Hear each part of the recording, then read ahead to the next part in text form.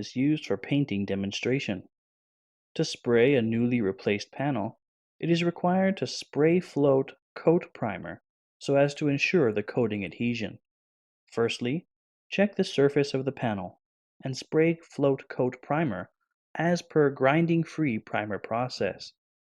If the panel surface is free of damages, repair is required if any damage is found. Clean the newly replaced panel thoroughly after cleaning. Plate grinding. Red scouring pad can be used to polish the inside of panel. The external surface of the panel shall be ground by number 3 grinding head and number P320 sanding paper. During the grinding, it is necessary to avoid or reduce the problems of metal exposure in the corners of panel. If a large area of metal is exposed, the epoxy primer shall be applied first, and the corner of the panel and the inside of panel shall be thoroughly ground. Panel cleaning. When the grinding is over, use the blowgun to clean the inside and outside surface of the panel. Degrease and clean the panel surface using degreasing agent. Spray degreasing agent onto the panel surface using a spraying kettle. Wipe off the degreaser using clean rag before it violates. Never fail to wipe off the degreaser before it gets dry. If the degreasing agent has evaporated before wiping off, oil or grease particles remain on the panel surface. Defects like fish eyes may occur on the sprayed surface. When degreasing is over, gently wipe the panel surface to be painted with a dust cloth to remove all dust and dirt. Primer blending shall be performed with reference to the paint product manual. Prepare the primer according to the selected process. Ensure that the primer is evenly stirred, filter it with a funnel, and add it to the spray gun. Applying the grinding-free primer. Spray grinding-free primer using a top coat spray gun for 1 to 1.5 layers to ensure that the post-spraying primer texture are uniform and smooth, and that the surface is free of dirty spots and sagging. After drying at room temperature for 15 minutes, apply the top coat and perform grinding before you go to a next step if the spraying coating shows any defect. Adjust the spray gun and set up the spray conditions before spraying. Set up the spray gun as follows. Air pressure is 2 bar. Spray width is fully open, and the paint flow is turned open from the fully closed position for 2.5 turns. Adjust the spray gun supply pressure, spray width, and paint flow according to these requirements. Test the spraying width of the post-adjustment spray gun using a sheet of shielding paper. Spraying the base coat. First, spray the inner side and edge of the panel, and then the planar positions. If that order is reversed, the paint mist will adhere to the plane and result in poor spray quality. Or, the paint tends to deposit on the surface and causes the problems such as dust spots.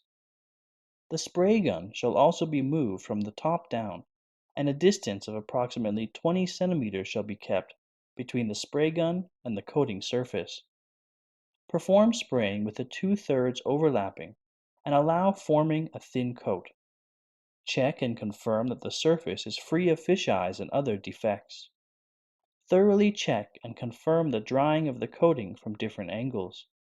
Once the surface gets touch dry, go to the colored spray step.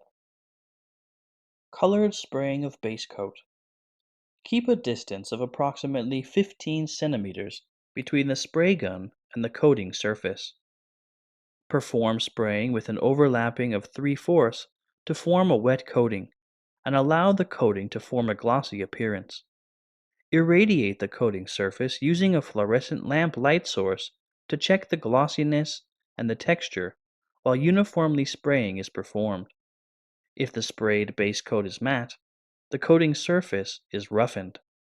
Check and cover after the spray is finished. If the covering is incomplete, repeat spraying after flash drying. Decorative spraying of base paint. Perform decorative spraying so that the aluminum pigment can be uniformly arranged so as to eliminate scars and uneven haziness on the coating surface. Keep at a distance of about 25 centimeters between the spray gun and the coating surface. Perform spraying with a 3/4 overlapping. Spray the colored paint onto the panel and keep the color consistent. Check the surface for scars and repeat step 1 if the scars still exist after removal. Check the coating surface from multiple directions for uneven silver powder. If the time to eliminate the scars is too early, the scars cannot be eliminated. If the time to eliminate the scars is too late, metal particles of the sprayed color paint may get inconsistent. Varnish spraying. The sprayed varnish can form a thin coating. If the varnish is sprayed too wet or too early, it is easy to cause the silver powder particles to float upwards. Maintain the preset spray state during spraying and illuminate the surface using a fluorescent light to check gloss and texture. Spray the surface such that the sprayed coating presents gloss. Failure to perform uniform spraying may make the coating produce runs or rough texture. Check the coating drying in positions estimated not to affect the quality. If lines are still drawn out of the coating when its positions for fittings or to be covered is touched by hand, the coating still needs to be dried. Decorative varnish spraying coating. To spray a uniform varnish coating, pay attention to the post-spraying paint film texture, fullness, and gloss. For decorative spraying, divide the steel sheet into 2 sections and check their spraying respectively. Spray the upper surface first so that it conforms to the texture of the undamaged section. When spraying is over, illuminate the coating surface using a fluorescent lamp or other light source and quickly check the texture for problems. If the texture in any section is different, perform a repair spraying so that it is consistent with the entire surface texture. If the glossiness and the texture coincide, spray the next section. Check the mist position of the upper coating and start spraying with overlapping such that the surface gets glossy. If it is not checked and the entire panel is sprayed at one go, there will be problems. Drying. The panel shall be subject to forced drying by reserving a certain curing time according to the product manual. If no curing time is reserved before forced drying, it tends to result in pinholes or spots. In particular, for that planar position of the steel sheet like engine hood or trunk lid, a rest time of 20 minutes shall be arranged in the spray booth. Then, dry the surface at 60 degrees for 30 minutes.